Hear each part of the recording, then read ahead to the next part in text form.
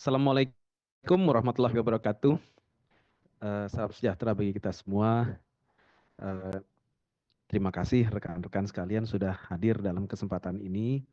Dan ini saya pikir ini momentum yang sangat baik kepada kita semua untuk mungkin setidaknya lebih menegaskan kembali proses perencanaan pembangunan kita mulai dari bawah sampai nanti di tingkat nasional yang sebenarnya hari ini kita sudah mulai. Terutama proses Musrenbangnas-nya itu sendiri, di mana tadi disampaikan oleh Pak Yoga, sebenarnya ini adalah sebuah rangkaian besar dari Musrenbangnas, Musyawarah Perencanaan Pembangunan Nasional tahun 2025 untuk RKP 2026. Jadi proses Musrenbangnas-nya memang sudah kita mulai dan dalam kesempatan ini terima kasih tadi Pak Direktur juga sudah menyampaikan arahan makro dari RKP ke 2026 seperti apa. Dalam kesempatan ini saya mencoba sedikit eh, menjelaskan tentang sebenarnya peran daerah dan terutama nanti dengan kaitannya dengan proses RKP ini seperti apa. Tentunya berkali-kali sudah disampaikan oleh Pak Menteri kami bahwa contoh misalnya pertumbuhan ekonomi di nasional itu tidak akan bisa tumbuh sampai 8% kalau tidak didukung oleh daerah. Agregat nasional adalah tentunya dari daerah. Nah, untuk itu kami terutama di Kedeputian Pembangunan Kewilayahan memang sekarang ini sedang berupaya keras ini untuk memperbaiki forum-forum perencanaan yang memang sudah kita selenggarakan selama ini agar bisa lebih efektif lagi ke depan. Kami saat ini sudah ditugasi untuk mengharmonisasi pembangunan sektoral dan daerah dan sudah ada dalam Perpresnya Bappenas yang baru mengenai perumusan dan penetapan kebijakan termasuk koordinasi dan sinkronisasi pelaksanaan kebijakan termasuk penyelarasan perencanaan pengelolaan kinerja kementerian, lembaga, dan juga pemerintah daerah. Jadi kedeputian kami saat ini bisa dibilang menjadi jembatan antara pembangunan sektoral dan juga dengan pembangunan wilayah. Kita tidak ingin pembangunan sektoral ke kanan, pembangunan wilayah ke kiri. Jadi sekarang ini harus bersatu padu semua, sehingga jangan sampai nanti pembangunannya tidak terarah ke depan. Kita semua sudah punya target di 2045, next, bahwa RPJPN kita sudah mau mengejar Indonesia Emas 2045 dan di dalam RPJMN yang sudah ditetapkan perpresnya pun sebenarnya pertumbuhan ekonomi 8%, kemiskinan ekstrim 0%, SDM berkualitas yang tadi disampaikan oleh Pak Direktur Trisula Pembangunan itu juga akan diselenggarakan lewat saluran channel-channel yang sudah kita rencanakan di setiap wilayah di seluruh Indonesia. Masing-masing region sudah punya arahnya akan kemana 5 tahun ke depan. Sumatera misalnya mau menjadi mata rantai utama bioindustri dan kemaritiman berdaya saing dan sebagainya. Saya nggak akan bacakan satu persatu, tapi setiap region, setiap wilayah sudah punya arahnya kemana. Bahkan kontribusi PDRB baik barat maupun timur ini pun kita coba mulai swing ke timur. Walaupun tetap kita pertahankan yang di barat, tapi pemerataan ke arah timur ini akan kita tekankan secara lebih intensif. Jadi pembangunan ini tetap melihat betul aspek pemerataannya, tidak hanya sekedar mengejar pertumbuhan, tapi juga mengejar aspek pemerataan. Dan itu memang kita harus jaga secara keseluruhan sehingga derap pembangunan ini benar-benar bisa terjaga dari Sabang sampai Merauke. Berikut. Nah, Ibu dan Pak sekalian tadi sudah disampaikan oleh Pak Direktur mengenai berbagai tantangan yang kita hadapi baik di tingkat global, nasional, termasuk juga daerah. Saya tidak akan sebut satu persatu karena tadi sudah disampaikan, tapi yang saya spesifik untuk kondisi di daerah saya ingin garis bawahi betul, terutama tantangan kita ke depan adalah bagaimana kita bisa meningkatkan kapasitas fiskal di daerah dan juga kondisi ekonomi kita di daerah. Beberapa catatan nanti akan saya sampaikan secara lebih detail, tapi memang perlu mendapat perhatian bahwa saat ini kita selalu sibuk dengan mengandalkan APBD sebagai mesin pertumbuhan. Yang harus saya catat di sini APBD itu kontribusinya terhadap PDRB ternyata tidak signifikan, hanya 5-8%. Bayangkan, hanya 5-8%. Sebenarnya kontribusinya adalah yang mana? Yang lain. Ternyata yang lain, termasuk konsumsi. Yang paling penting sebenarnya adalah investasi. Nah, mungkin ini nanti yang kita akan bahas. Berikutnya. Ibu dan Bapak sekalian, tadi juga sudah disampaikan, tahun 2026 akan ada, sudah ada 5 arahan direktif Presiden. Mulai dari pembentukan koperasi desa Kelurahan Merah Putih, digitalisasi pendidikan, pengentasan kemiskinan, pengelolaan sampah terpadu, termasuk sekolah rakyat. Tentunya ini harus kita pegang, karena ini adalah direktif Presiden. Ditambah juga kita punya 83 kegiatan prioritas utama yang sudah ditetapkan di dalam RPJMN. Kita pegang ini dulu sebagai rancangan RKP kita. Ini semua tentunya butuh tidak hanya sekedar pembiayaan yang biasa-biasa saja. Ini butuh termasuk peningkatan investasi swasta, inovasi pembiayaan. Saat ini berbagai macam mekanisme pembiayaan tersedia. Dan ini yang harus bisa kita gali sedemikian rupa, terutama teman-teman daerah. Teman-teman daerah saya lihat masih sangat konvensional. Hanya mengandalkan APBD, pinjaman daerah, ya itu aja ininya, channel pembiayaannya. Untuk itu kami sangat mendorong bahwa kita ke depan perlu mencari berbagai alternatif financing agar bisa mencukupi nanti berbagai kebutuhan yang ada di daerah. Dan tidak kalah penting, prinsip efisiensi juga perlu kita jaga, dan ini memang sudah kita lakukan tahun ini, dan mudah-mudahan dengan efisiensi ini bisa berlanjut sehingga kita bisa betul-betul lebih memprioritaskan apa-apa yang dibutuhkan untuk diinvestasikan ke depan. Berikut. Ibu dan Pak, tadi juga sudah disampaikan, saya nggak akan mengulang tema RKP 2026, ini saya tekankan lagi bahwa kita fokus kepada kedaulatan pangan, energi, ekonomi yang produktif dan inklusif. Secara lebih detail, di sini ada bahwa ada kedaulatan pangan dan energi, sedikit ditambahkan aspek pengelolaan persampahan, karena pengelolaan sampah kita bisa dibilang sudah dalam kondisi darurat sampah. Untuk itu Presiden sangat concern dan kita harus bisa menyelesaikan ini mulai dari hulu sampai hilir. Kalau kedaulatan pangan, energi, dan air, saya pikir kita semua sudah paham. Ini sudah dijelaskan berkali-kali dan saya pikir ini akan lebih nanti, itu ada yang salah, itu bukan kedaulatan pangan dan energi, tapi ekonomi. Judul title-nya. Nah, ekonomi ke depan pun nanti kalau saya melihat trennya banyak sekali yang sifatnya nanti mendukung pendidikan kesehatan, percepatan pertumbuhan, adaptasi dan sebagainya. Ya, nanti bisa dilihat. Dan mungkin yang saya ingin garis bawahi ke depan terkait dengan ini bahwa 2026 ini kelihatannya syarat dengan infrastruktur yang sifatnya sosial.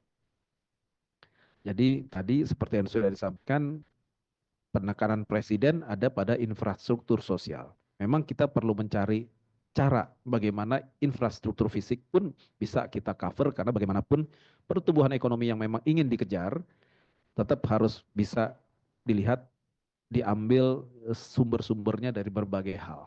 Ya. Dan itu butuh infrastruktur, tidak hanya sosial tapi juga infrastruktur fisik.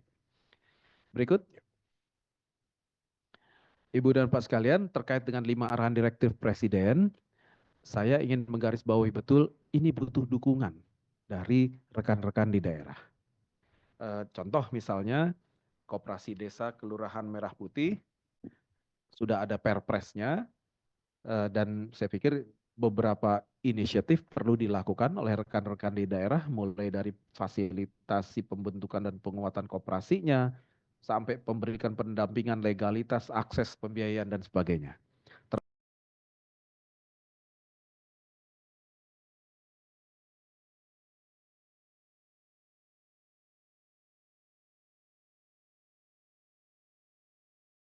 Mungkin pemerintah pusat kerja sendirian.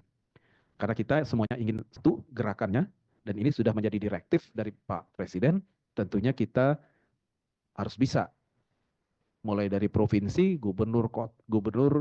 mulai provinsi, kabupaten, kota sampai ke desa, arahnya harus seragam, harus satu. Jadi nggak kemana-mana lagi kita. Dan ini sudah menjadi prioritas Presiden, dan ini yang kita harus bisa support dari berbagai hal. Berikut. Nah, saya ingin menekankan beberapa hal. Tadi sudah dijelaskan tentang direktif Presiden, dan kita harus dukung itu. Di samping itu, kita juga punya juga target-target, terutama dalam konteks bagaimana kita bisa meningkatkan pertumbuhan ekonomi di daerah.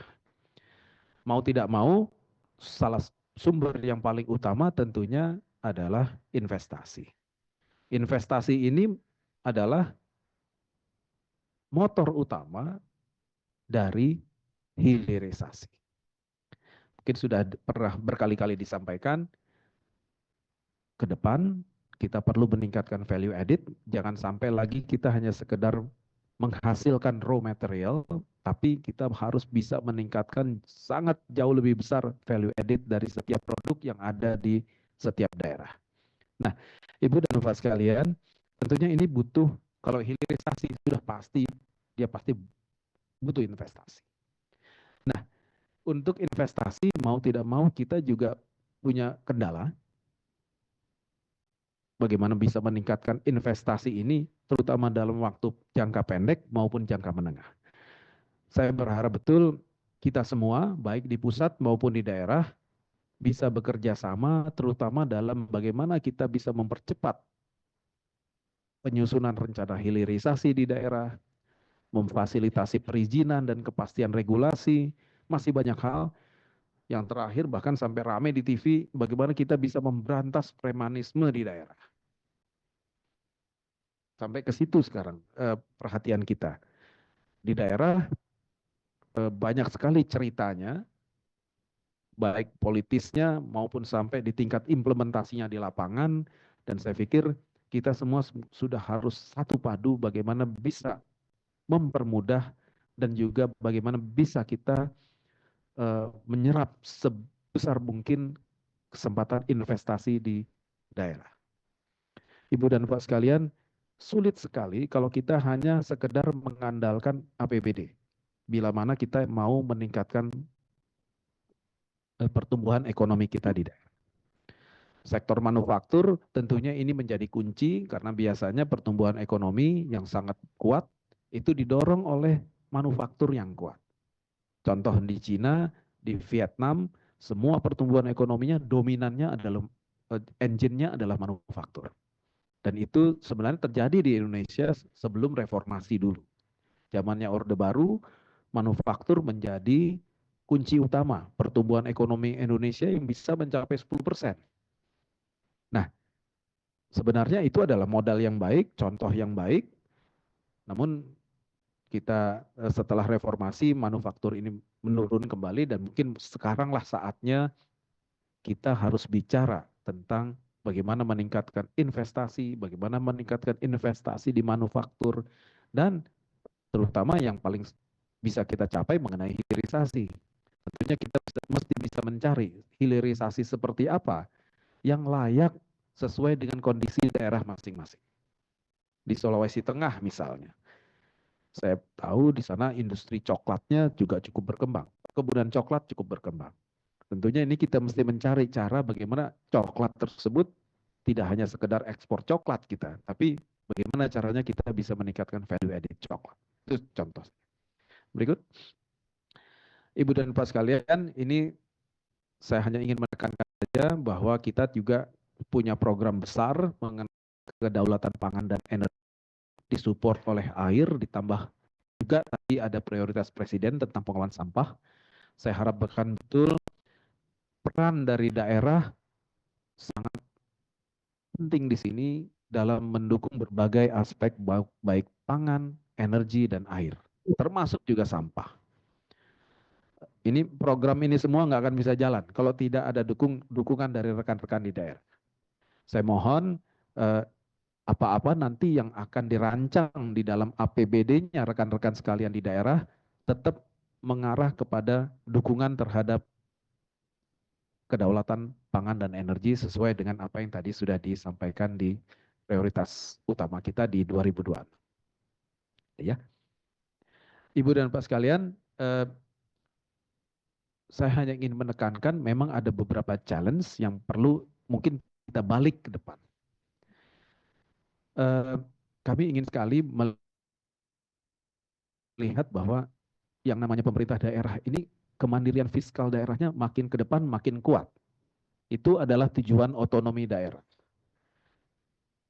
Selama ini aspek kemandirian fiskal daerah ini relatifly agak tertinggal. Ke depan mungkin ini sebagai fakta saja ya, bahwa 83% dari TKD ini rata-rata itu ternyata menjadi istilahnya menjadi 83% dari TKD itu menjadi total dari penerimaan daerah. Itu ya. Nah, PAD-nya kecil sekali. Hanya 16%. Ditambah lagi belanja daerahnya masih didominasi oleh belanja rutin gitu. Nah, untuk itu memang di dalam RPJP maupun di dalam RPJMN kita ingin sekali agak sedikit merubah tren ini, karena tren ini sejak reformasi bisa dibilang tidak berubah, bahkan memburuk.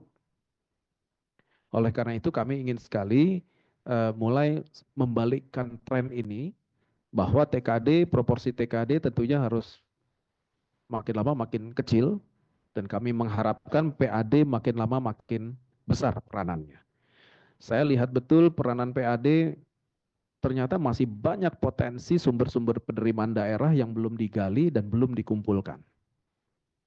Kita nanti bisa bahas satu persatu, tapi kami sudah berkoordinasi dengan rekan-rekan Kemendagri di keuangan daerah, dan saya pikir ini menjadi salah satu poin mungkin ke depan yang memang kita akan fokuskan. Berikut. Ini termasuk juga ya pengembangan inovasi pendanaan di daerah, mulai dari optimalisasi perluasan sumber pendanaan, skema pendanaan inovatif, dan mungkin nanti kita akan bicara juga dengan rekan-rekan di pembiayaan dan investasi pembangunan, karena saya tahu bahwa sekarang ini sudah banyak sekali dikembangkan berbagai inovasi pembiayaan, mulai dari carbon market, coral bonds, biodiversity credits, trust fund, macam-macam. Dan itu di daerah bisa dibilang masih tertinggi, kita belum banyak memahami itu. Dan saya pikir sudah saatnya kita sekarang ini bergerak, tidak hanya begitu-begitu saja, sudah harus bergerak ke arah yang mungkin mencari hal-hal baru, dan yang tidak kalah penting bagaimana kita ke depan bisa mensinergikan berbagai macam sumber-sumber pembiayaan pembangunan. Ini ada contoh saja kolaborasi pendanaan pembangunan di kawasan sentra produksi pangan, baik dari APBN, APBD, maupun juga sumber-sumber lain, bisa dari swasta, BUMN, CSR, maupun juga lembaga swadaya masyarakat. Berikut. Ibu dan Pak sekalian, tadi saya sedikit menyampaikan tentang arah kebijakan terkait dengan daerah, dan satu hal yang tidak kalah penting, kami sekarang ini sedang melakukan sinkronisasi